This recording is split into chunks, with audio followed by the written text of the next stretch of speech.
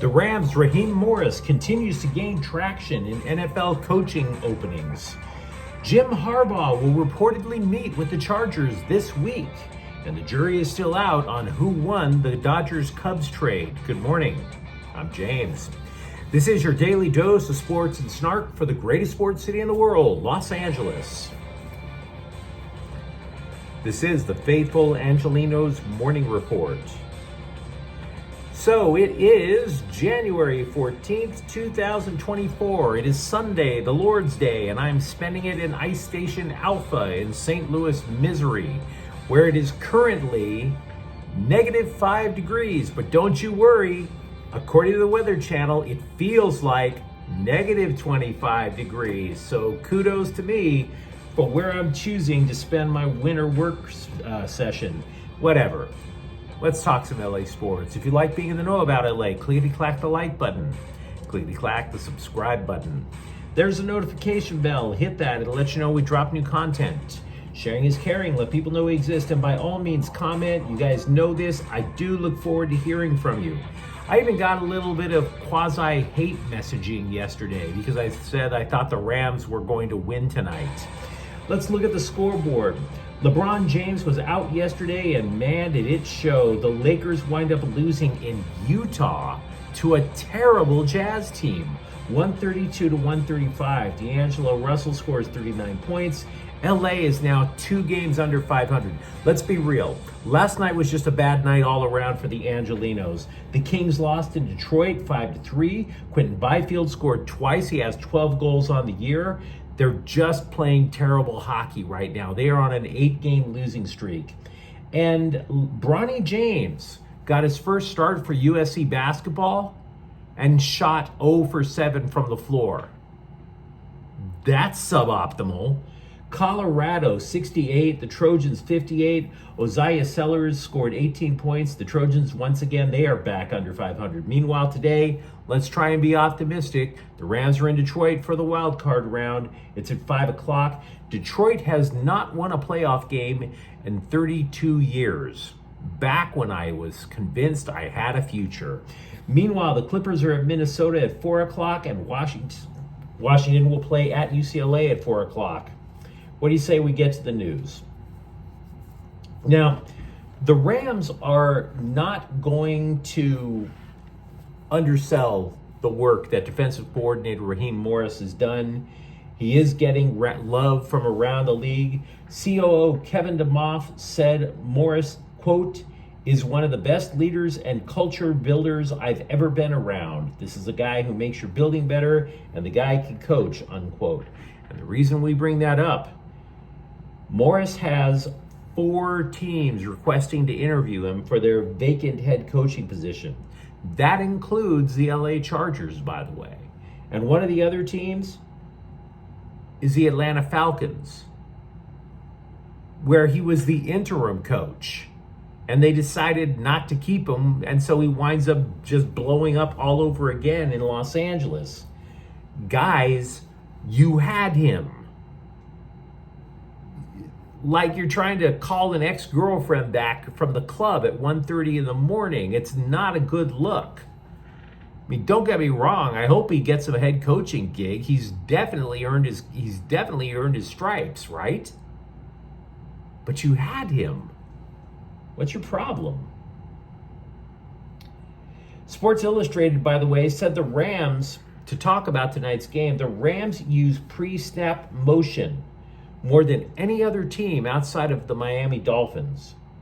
For example, 21 times in their 66 snaps against the New Orleans Saints, one guy went in motion over and over, Puka Nacua. And I think that too will be a key in tonight's game. In that game against the Saints, for example, going in motion 21 times of the 66 snaps, Nacua accounted for 107 yards from the line of scrimmage. Now, how does going in motion help the Rams? Well, it does in multiple ways. First of all, it's hard to double team a guy that goes in motion. Have you ever noticed that Puka Nacua rarely gets double teamed? And by the way, years ago, when Cooper Kupp was a young guy, he was often the guy sprinting in motion behind the line of scrimmage. winding up getting open. Going in motion also helps the offense because it tells the offense what the defense is running. Is it a man defense or is it a zone? And Stafford has been around the league enough to be able to figure out how to make adjustments to that. Also, by the way, with motion, when you send a guy in motion, you can go from having 2 receivers on one side to having 3 on one side. And notice the way the fingers here are assembled, it's in the bunch formation. It's in the bunch formation. So when you hear an announcer say something is a, quote, pick play, unquote, that usually comes when you take 3 wide receivers and you bunch them together. So the receivers, they crisscross, they go in different directions. It looks like a pick, somebody winds up getting open. So the point I'm getting at is, by explaining about the key of going in motion, is that it is going to open up spots for Rams receivers to get open. We talked about it yesterday. Because of the fact that the Rams have multiple quality receivers, Kupp and Nakua, that the Lions are going to play a lot of zone. So imagine for a moment that Puka Nakua runs in motion behind the line of scrimmage, and he's not followed by the defender. That's going to tell Stafford that it's a zone defense, which will further tell him that Cooper Kupp, who knows how to get open in zone defenses, is going to be open again. And if it's man defense, and you see one of these pick plays that go on where there's 3 wide receivers bunched to one side, the Rams are going to be having a lot of good times throwing the ball today. I'm just saying. And by the way, I want to give you another thing to think about when it comes to the Detroit Lions defense. They have trouble stopping star wide receivers. Minnesota's Justin Jefferson, 12 receptions for 192 yards in Week 18 against Detroit.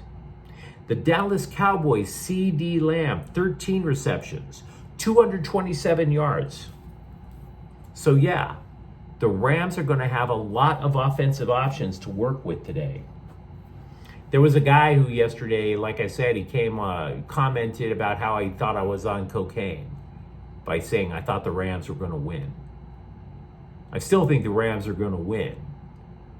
And the only powder you're going to be seeing on my mustache is from the snowstorms out in the Midwest. Now, I'm not sitting there saying Detroit has no chance. I like a lot of the things that the Lions do. They just have a bad matchup tonight in the LA Rams. That's the point. NFL media reports that the Chargers will speak with Michigan head coach Jim Harbaugh this week. Now, before Chargers fans do like 5,000 cartwheels down the hallway, right? Which is a hell of a thing to do in church on Sunday morning, I might add. Know this about speaking with Harbaugh. The story claims that the Bolts are Harbaugh's preferred spot if he returns to the NFL.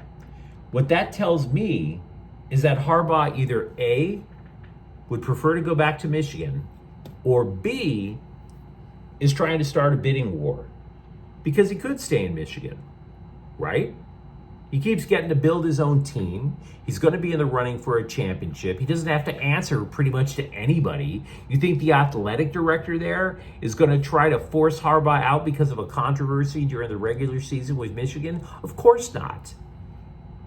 Harbaugh runs Michigan athletics, and he's not even the AD right now.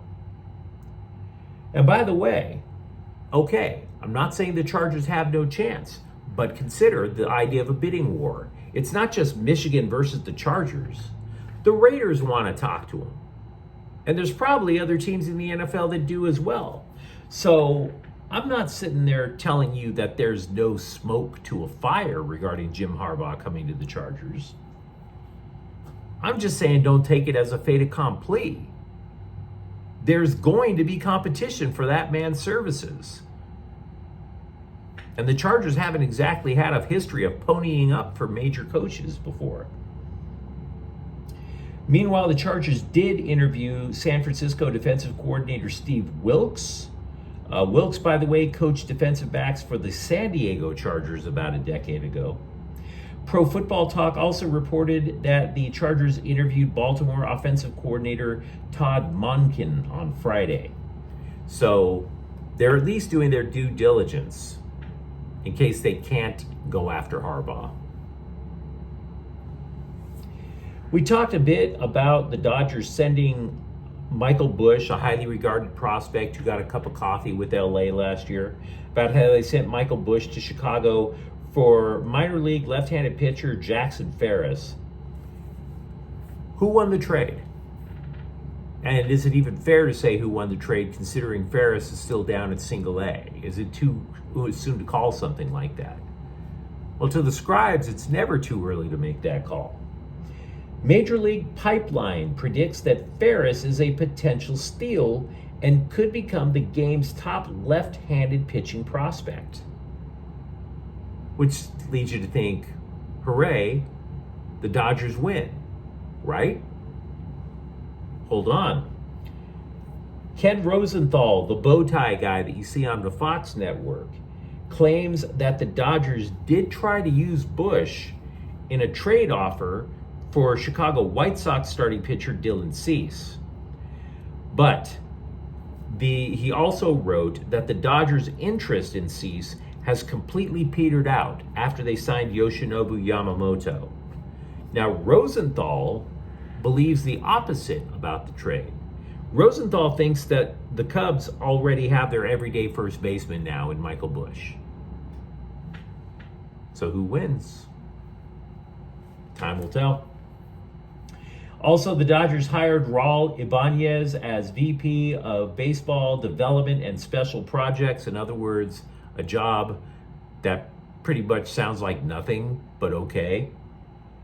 Ibanez had a 19-year major league career. Not only that, I actually saw him play in the minor leagues with the Riverside Pilots of the Cal League. And the moral to that story is, I'm old. Tony Washington has been hired as the defensive line coach for UCLA. He's young as hell, man. He played linebacker for Chip Kelly when Chip Kelly was in Oregon. He last coached, by the way, Washington did, as the defensive coach over in Oregon.